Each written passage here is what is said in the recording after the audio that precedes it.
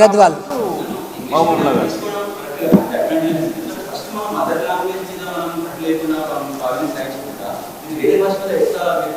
ఇప్పుడు మేము ఏం రికమెండ్ చేస్తామంటే ఇందులో ప్రైమరీ స్కూల్ వరకు ఇంగ్లీష్ మీడియం ఉంటుంది, కానీ తెలుగు మాట్లాడతారు, తెలుగు కూడా మాట్లాడచ్చు.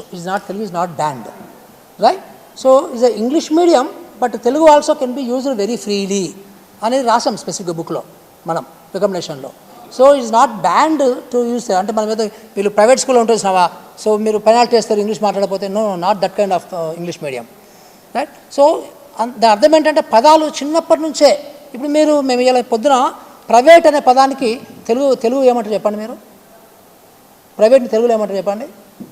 దిర్ is no word, right? Train ఏమంటారు? పొగబండి అనాలే. బట్ ఎట్లా అంటారు? నాన్ గవర్నమెంట్ అయితే అది, ప్రైవేట్ ఎట్లా గవర్నమెంట్ అవుతుంది. చెప్తున్న ఎగ్జాంపుల్ మీకు. అట్లా చాలా పదాలు మనకు ఉన్నవి ఇవన్నీ. అంటే మనము చైనాలో మాతృభాష, జపాన్లో మాతృభాష, జర్మనీ మాతృభాషలో మన మాతృభాష డెవలప్మెంట్ కాలేదబ్బా. సో ఇంకొక విచిత్రమైన విషయం ఏంటంటే చాలామంది గొంతు చించుకొని మాతృభాషను అరుస్తారు, వాళ్ళ పిల్లల్ని కనీసం తెలుగు ముక్కుగా చదవడానికి కూడా ఇష్టపడరు. ఒక ప్రముఖుడు ఉన్నాడు, ఆయనే ఇప్పుడు ఆయన పెద్ద పదవిలో ఉన్నాడు, ఇంతకుముందు సినిమా యాక్టరు. ఆయన పిల్లలని ఇది మొత్తం ఇప్పుడు మాతృభాష గురించి మాట్లాడతాడు. ఆయన పిల్లలకేమో ఇంగ్లీష్ మీడియము, సెకండ్ లాంగ్వేజ్ ఏమో జర్మను, థర్డ్ లాంగ్వేజ్ ఏమో స్పానిష్. ఆయన తెలుగు మీడియం గురించి మాట్లాడతాడు. అంటే దీన్ని ఏమంటారు మన ఇండియన్ డ్యూయల్ ఫేసెస్, హిపోక్రటిజం అంటారు దీన్ని.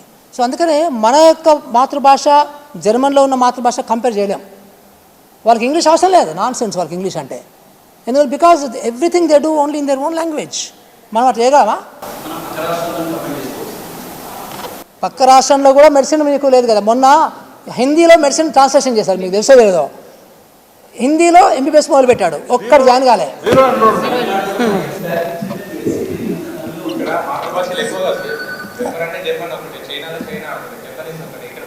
ఇక్కడ తెలుగు ఒకటే మాతృభాష.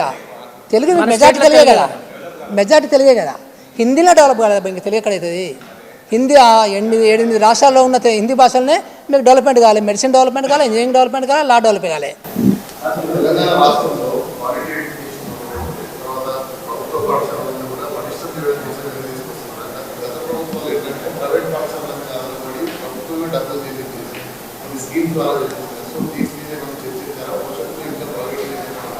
చెప్తామన్నా మన మొత్తం రికమెండేషన్స్ అంతా ప్రభుత్వ విద్యా వ్యవస్థని బలోపేతం చేయడమే. సో ప్రభుత్వం విద్య బలోపేతం అయితే ఆటోమేటిక్గా ప్రైవేట్లో తగ్గుతుంది కదా. ఇప్పుడు ఆరుట్లో ఫర్ ఎగ్జాంపుల్ ఇక్కడ మోర్ దెన్ 50% న్యూ అడ్మిషన్స్ అన్నీ ప్రైవేట్ స్కూల్స్ నుంచి వచ్చిన వాళ్ళే. సో రికమెండేషన్స్ మొత్తం ప్రభుత్వ స్కూల్ని స్ట్రెంథెన్ చేయటం.